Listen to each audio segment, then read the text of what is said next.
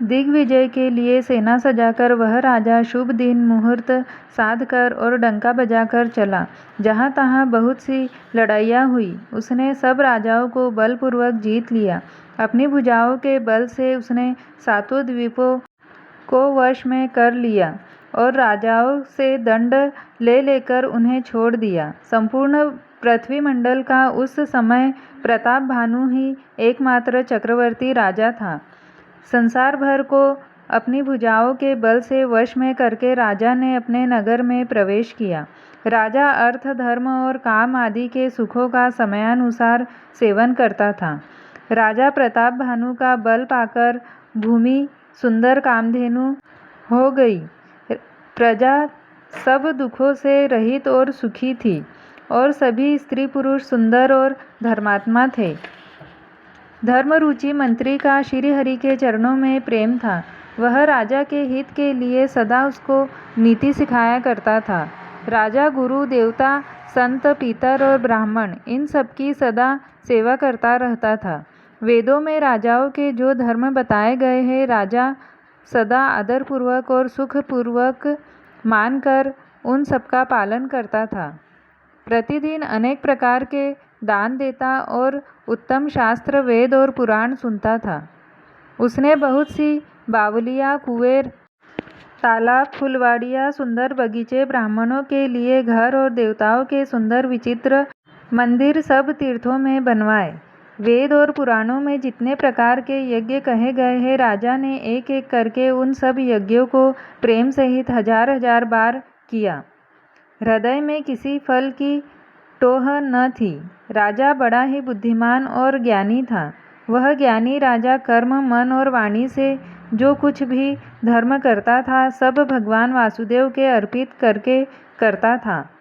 एक बार वह राजा एक अच्छे घोड़े पर सवार होकर शिकार का सब सामान सजाकर विंध्याचल के घने जंगल में गया और वहाँ उसने बहुत से उत्तम उत्तम हिरण मारे।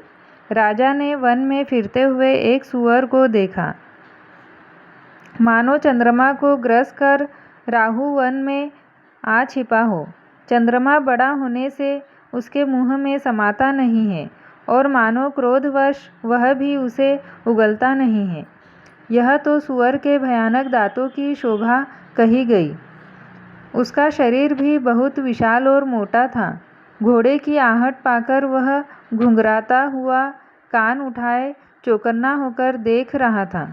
नील पर्वत के शिखर के समान विशाल शरीर वाले उस सूअर को देखकर राजा घोड़े को चाबुक लगाकर तेजी से चला और उसने सूअर को ललकारा कि अब तेरा बचाव नहीं हो सकता। अधिक शब्द करते हुए घोड़े को अपनी तरफ आता देखकर सूअर पवन वेग से भाग चला। राजा ने तुरंत ही बाण को धनुष पर चढ़ाया। सूअर बाण को देखते ही धरती में दुबक गया। राजा तक तक कर तीर चलाता है, परंतु सूअर छल करके शरीर को बचाता जाता है। वह पशु कभी प्रकट होता और कभी छिपता हुआ भागा जाता था और राजा भी क्रोध के वश उसके साथ लगा चला जाता था। सूअर बहुत दूर ऐसे घने जंगल में चला गया जहाँ हाथी घोड़े का निबाह नहीं था। राजा बिल्कुल अकेला था और वन में क्लेश भी बहुत था। फिर भी राजा ने उस पशु का पीछा नहीं छोड़ा। राजा को बड़ा धैर्यवान देखकर सूअर भागकर पहाड़ की एक गहरी गुफा में जा घुसा। उसमें जाना कठिन देखकर राजा को बहुत पछताकर लौटना पड़ा, पर उस घोर वन में वह रास्ता भूल गया। बहुत परिश्रम करने से थका हुआ और घोड़े समेत भूख प्यास से व्याकुल राजा नदी तालाब खोजता खोजता पानी बिना बेहाल हो गया। वन में फिरते फिरते उसने एक आश्रम देखा। वहाँ कपट से मुनि का वेश बनाए एक राजा रहता था, जिसका देश राजा प्रताप भानु ने छीन लिया था और जो सेना को छोड़कर युद्ध से भाग गया था। प्रताप भानु का समय जानकर और अपना कुसमय अनुमान कर उसके मन में बड़ी ग्लानि हुई। इससे वह न तो घर गया और न अभिमानी होने के कारण राजा प्रताप भानु से ही मिला। दरिद्र की भांति मन ही मन क्रोध को मारकर वह राजा तपस्वी के वेश में वन में रहता था। राजा उसी के पास गया। उसने तुरंत पहचान लिया कि यह प्रताप भानु है। राजा प्यासा होने के कारण उसे पहचान न सका। सुंदर वेश देखकर राजा ने उसे महामुनि समझा और घोड़े से उतरकर उसे प्रणाम किया, परंतु बड़ा चतुर होने के कारण राजा ने उसे अपना नाम नहीं बतलाया। राजा को प्यासा देखकर उसने सरोवर दिखला दिया।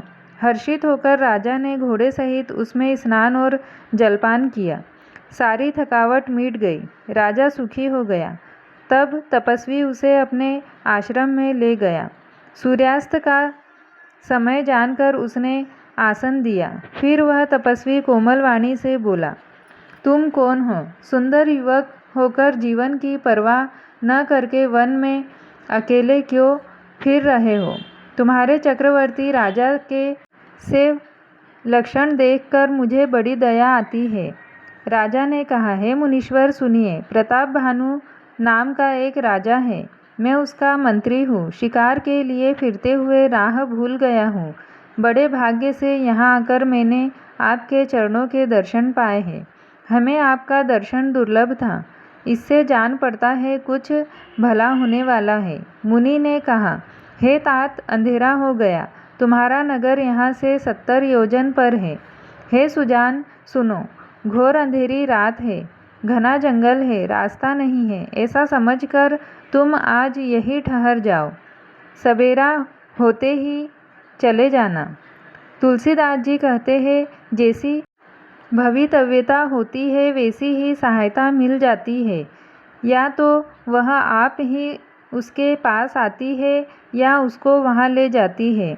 हे नाथ, बहुत अच्छा, ऐसा कहकर और उसकी आज्ञा सिर चढ़ाकर घोड़े को वृक्ष से बांधकर राजा बैठ गया। राजा ने उसकी बहुत प्रकार से प्रशंसा की और उसके चरणों की वंदना करके अपने भाग्य की सराहना की।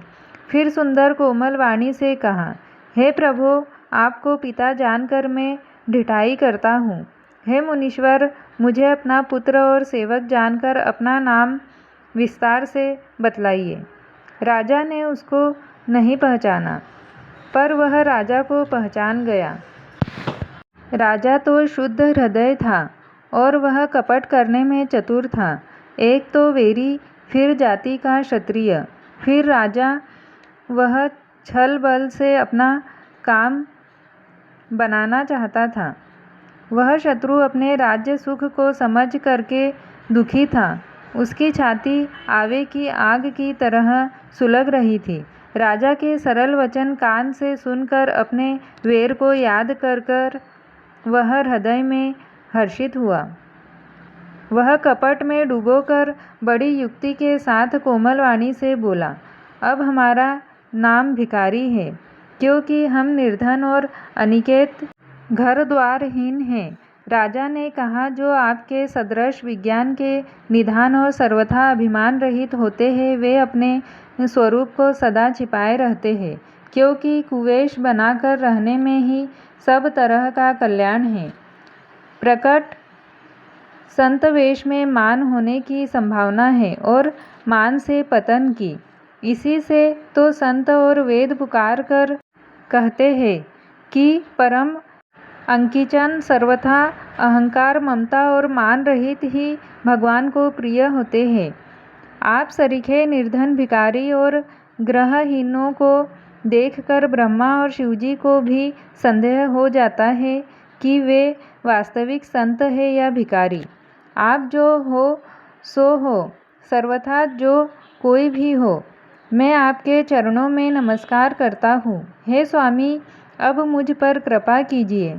अपने ऊपर राजा की स्वाभाविक प्रीति और अपने विषय में उसका अधिक विश्वास देखकर सब प्रकार से राजा को अपने वश में करके अधिक स्नेह दिखाता हुआ वह कपट तपस्वी बोला, हे राजन सुनो, मैं तुमसे सत्य कहता हूँ, मुझे यही रहते बहुत समय बीत गया।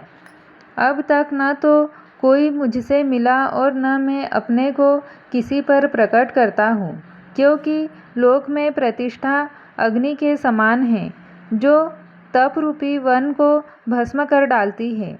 तुलसीदास जी कहते हैं, सुंदर वेश देखकर मूढ़ नहीं, मूढ़ तो मूढ़ ही है। चतुर मनुष्य भी धोखा खा जाते हैं। सुंदर मोर को देखो, उसका वचन तो अमृत के समान है और आहार सांप का है। कपट तपस्वी ने कहा, इसी से मैं जगत में छिप कर रहता हूँ। श्री हरि को छोड़कर